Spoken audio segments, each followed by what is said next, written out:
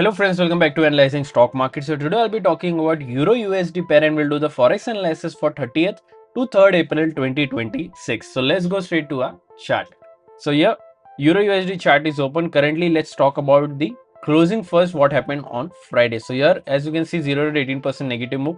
1.15067 was the closing on Friday. So here now I'll be talking about what is going to happen in coming week. Even I'll be marking some important support zone and resistance zone which will help you to take better stop loss and target levels according to your bias. Also, I'll be sharing my opinion on what could happen in coming week according to my analysis and previous week movement. So let's check our weekly chart first. So let's open a weekly chart over here.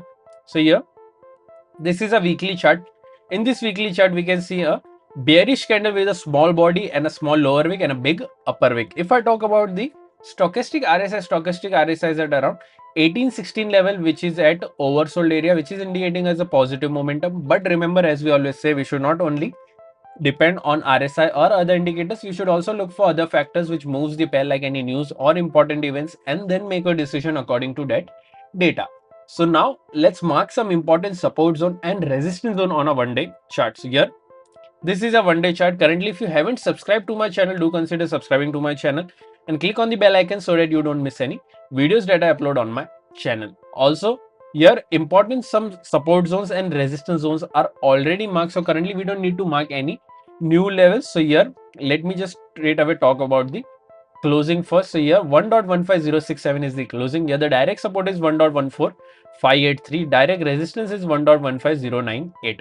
After direct support, there is a support of 14165 and then 1.13694. After direct resistance, there is a resistance of 1.15500 and then 1.15706. So here these are two important support zones and resistance zone which will help you to take better stop loss and target levels for this week. Also, if you're from India and thinking that how can I trade forex market from India, then I already shared prop firm links in the description where you can open your account from there and get funded. I have also shared discount coupon codes which will help you to take better discounts on any challenge that you buy from those platforms. Also, if you don't know what is funded account or prop firm, I already made a dedicated video on what is prop firm, how it works, what are the rules that you to follow to get funding. Everything is available on my forex playlist. Do consider checking that out as well.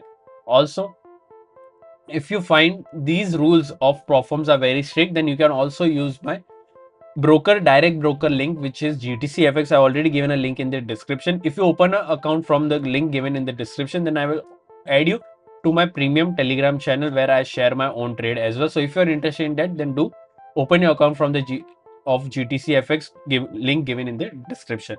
So now let's talk about my opinion in Euro USD for this week. So according to previous week closing, I'm expecting a positive momentum in this range, that is 1.15098 to 1.15500.